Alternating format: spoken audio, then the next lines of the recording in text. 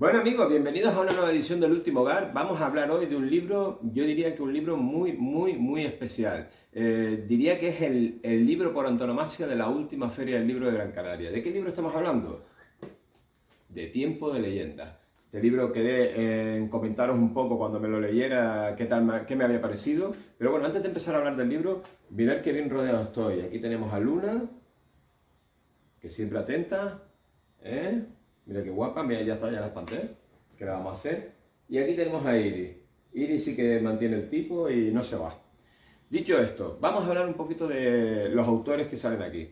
¿Y por qué digo los autores? Porque sí, como bien he dicho, es una antología del género fantástico y salen 11 autores canarios.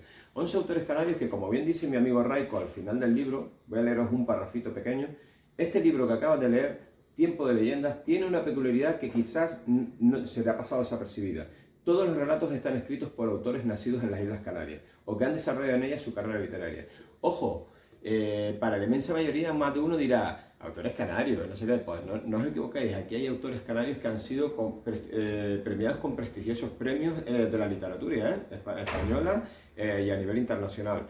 Yo os lo digo porque a veces nos fijamos en autores extranjeros, buscamos autores que son muy conocidos, que son vendedores de bestsellers y nos olvidamos de que aquí en nuestra propia tierra tenemos autores muy buenos. Ahora estoy hablando de los autores canarios, pero podríamos hablar de cualquier comunidad de España. Autores de Castilla-La Mancha, autores del País Vasco, autores de Andalucía. Hay muy buenos autores en España, ¿vale? Y hay que darles una oportunidad. Bueno, vamos a hablar un poquito de lo que es el libro y las historias que contiene, ¿vale? Como bien os decía, tiene 11 historias que son de 11 autores canarios diferentes. Vamos a hablar un poquito pincelada de cada historia, porque claro, aquí corremos el riesgo de hacer mucho spoiler rápido, porque cuando estamos hablando de historias cortitas, pues a poco que diga ya has destripado toda la historia, porque no es una novela de 300 páginas, o sea, al final son historias de 20, 30, 50 páginas, que al final si dices más de lo normal, ya acabas destrozando la historia. Yo os digo personalmente lo que a mí me ha parecido cada una, incluso me atrevería a decir el orden elegido, que por eso voy a empezar ahora hablando de la primera. Yo creo que hubiera cambiado un poco el orden y al final de todo diré cuáles son las que a mí me gustan, ¿vale? El libro, nada más empezar, bueno, antes que nada, la edición está muy chula, las contraportadas, mirad qué guapo, queda muy guapo, mirad, lo digo para el que no lo tenga. Ah, por cierto, antes que nada, tengo que deciros que el libro yo lo tengo firmado por 4 autores, los cuales no voy a destacar aquí para no desmerecer a los demás, ¿vale? Esperad a ver si lo encuentro, mirad, ¿veis? Tengo 4 autores que me firmaron, o sea, de 11, 4 fue cuadrado, de casualidad, que en la misma caseta había en ese momento 4 autores del libro, ¿vale? Entonces aproveché y dije, firmar, aunque yo ya tenía firmas de ellos, pero bueno. Vamos a ver. Como bien os decía, son 11 historias y algunas de ellas pero que muy guapas, ¿eh? Vamos a empezar. La primera historia que nos encontramos en el libro es una de Víctor Conde. Hombre, Víctor Conde, por favor, ¿quién no conoce a Víctor Conde? Si no lo conocéis, os invito a que leáis unos cuantos relatos de él. Hay un par de novelas de él que han recibido grandes premios y que son pero que muy recomendables.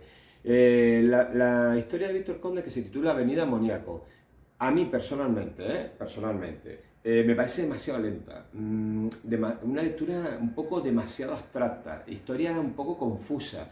Yo no quiero indagar mucho más, me la he leído 2 veces y sinceramente creo personalmente que ha sido una elección errónea para abrir el libro, personalmente, porque siempre hay que ponerse en situación de que este tipo de libros tiene que acercar la lectura a lectores nuevos también.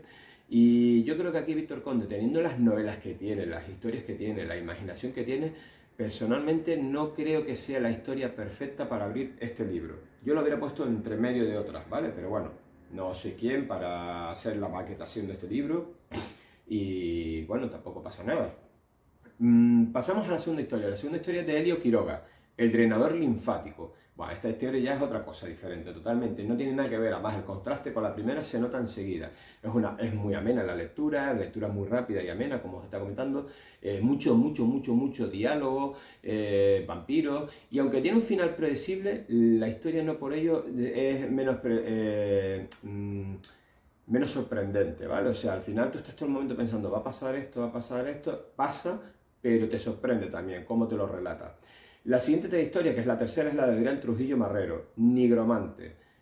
Esto sí que es para mí una historia perfecta, o sea, fantasía muy cruda al estilo Grim Dark. Yo creo que el autor es consciente de lo que está escribiendo y es más, me atrevería a decir que está cogiendo ese tipo de género. Mucha violencia, existe también, hay momentos para el amor y después tiene un final perfecto. Para mí es una historia muy chula, de esas historias que quieres encontrarte en este libro. La cuarta, de Gloria T. Dowden, El Príncipe de la Arena. Bueno, la historia en sí completa es una metáfora en sí, ¿vale? Es una fábula, es una historia muy bonita y además se desarrolla en diversas localizaciones, desde Maspalomas aquí en la isla de Gran Canaria hasta Atenas, en Grecia, o sea, perfecto, o sea, una historia muy chula. Pasamos a Miguel Aguerralde, que es el siguiente autor. Miguel Aguerralde, al cual ya he leído yo varias novelas, lo conozco en persona, un gran autor, os lo recomiendo. Y la historia se llama Recuerdos del Mar.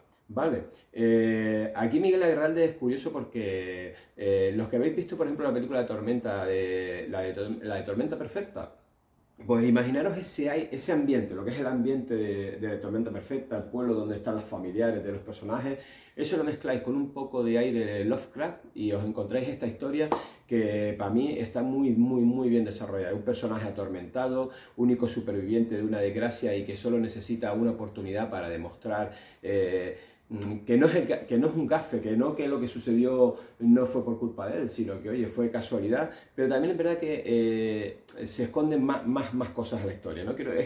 Como decía antes, es complicado hablar de historias tan cortas sin destripar mucho. La siguiente historia que nos encontramos es de Sandro Doreste Bermúdez, que es La sombra de la Libertadora. La sombra de la Libertadora, esta es la típica historia, esta, igual que pasábamos de historias fantasiosas, tal, esta es bélica total. O sea, esto es la típica historia bélica de la hija de una general también, que también fue... aquí me estoy liando un poco, pero ¿cómo comentaros? A ver, anteriormente hubo una revolución, las clases sociales se rebelaron, todas comandadas por una chica que se convirtió en general de las fuerzas rebeldes. Pues ahora estamos hablando de la hija que también es general de las fuerzas rebeldes. Y volvemos también un poco a la diferencia de las clases sociales, ¿vale? Y la delgada línea que separa cuando te puedes convertir en lo que tanto odias. Aquí en la historia vais a ver que la hija de la general está justo antes a las puertas de una batalla, tiene un mentor que le está aconsejando todo el momento, no caigas en el error. Pero bueno, os aconsejo que la leáis porque es muy chula la historia. Y ahora pasamos a J.R. Navas. J.R. Navas, Donde la muerte habita. Me encantó. Yo diría que es de las historias que más me gustó del libro. Es una historia predecible, no, lo siguiente, desde el minuto uno, desde que empiezas a leerla, yo creo que el primer capítulo, las primeras 5 páginas ya, creo que ya me sé hasta el final ya de la historia. Pero es que está tan bien narrada que me da igual, o sea, al final te la lees y me quedé encantado con esta historia. Se desarrolla en el cementerio de Vegueta, que está aquí en la parte vieja de las Palmas de Gran Canaria, y es el típico relato que tú quieres y buscas encontrarte en este tipo de libros. Para mí, ya os digo, de las historias que más me han gustado del libro. Pasamos a Melanie Garzón Sousa, otra autora muy conocida, y aquí nos cuenta una novela, un corto que se llama Un hombre de 10 años. Un hombre de 10 años es un drama familiar que empuja al personaje principal a mudarse con su abuela y que desde el principio sabe que de alguna manera es especial. Es especial. Es tan especial que no sabe ni cómo lidiar con ello, ¿no? Tiene poderes, tiene, no sé, tiene cosas que le hacen ser especial y que no voy a poder relatar aquí porque si no, esta historia es cortita y no quiero tampoco desgranarla. Pasamos a Luis Alberto Enrique Hernández, Fuego y Azufre. Bueno, aquí encontráis demonios, posesiones, la Santa Inquisición, mucha depravación, eso sí, todo con un aire de fantasía, un poco fantaseado, pero que no nos equivoquemos, en la realidad lo que cuenta esta historia ha ocurrido muchas veces en el pasado, no solo en Gran Canaria, sino en todas partes de España. Aquí lo centra sobre todo en Gran Canaria y son sobre todo los abusos de la Iglesia en el pasado, sobre todo con el pueblo llano, ¿vale? Una historia muy recomendable, que muchas veces se condena a personas como brujas y no lo son, o sí, depende lo que piense el imaginario popular. La siguiente historia, de Yanira Medina Cazorla, Kali Yuga. El mundo ha colapsado. Tenéis que daros cuenta que ha colapsado y está devastado. Aquí vais a seguir los periplos de Lilith. Lilith, quien con sus poderes sabe que hay un secreto que la afecta desde muy pequeñita, ¿vale? Y que tiene una capacidad única para conectar con seres de otras dimensiones. O eso creía desde el primer momento, ¿vale? Dicho esto, diríamos que esta es la historia futurista del libro, se desarrolla en el futuro y ya os digo ya como un poco más mezcla fantasía con ciencia ficción. Y ya para terminar el libro, terminamos con mi querido amigo Raiko Cruz, el cual tengo bastantes novelas y creo que es una historia perfecta para, igual que dije que al principio la historia de Víctor Conde no creo que sea la perfecta para comenzar el libro porque puede echar a mucha gente para atrás. Creo que aquí Víctor Conde tenía que haber sido, esta lección de esta historia había que haber metido dentro del libro. La de Raiko para terminar es perfecta. Para que os hagáis una idea, imaginaros meter personajes tipo Indiana Jones, pero no Indiana Jones al estilo Indiana Jones, sino para que os empapéis en la temática de Indiana Jones. Personajes con el aire de Lovecraft, leyendas, supersticiones, en países sudamericanos, una selva de estilo amazónica. Aquí Julieta es contratada para viajar medio mundo, desde Gran Canaria a Panamá, Colombia, no me acuerdo muy bien. Pero bueno, para descubrir un tesoro legendario. Y pasan una serie de cosas bueno, que no deberían de haber pasado. Porque aquí cuando contactas con un ser primigenio, Abarginet, que es como se llama, o Abarginet, como se llama la historia de Raiko Cruz, pues pasan cosas, pasan cosas. Yo de verdad os recomiendo el libro, a mí me ha encantado y es una pequeña aproximación de autores canarios que la verdad es que es muy chula. Recordad, Tiempo de Leyendas, Víctor Conde, Elio Quiroga, Gloria Tedauden, Adrián Trujillo Marrero, Sandro Doreste Bermúdez, Yanira Medina, Miguel Aguerralde, Melanie Garzón Sousa, J. Renava, Raiko Cruz y Luis Enrique Hernández. No me digáis que no es una pasada. Os lo recomiendo. Si tenéis oportunidad, conseguidlo. Y nos vemos en el siguiente vídeo de El Último Hogar.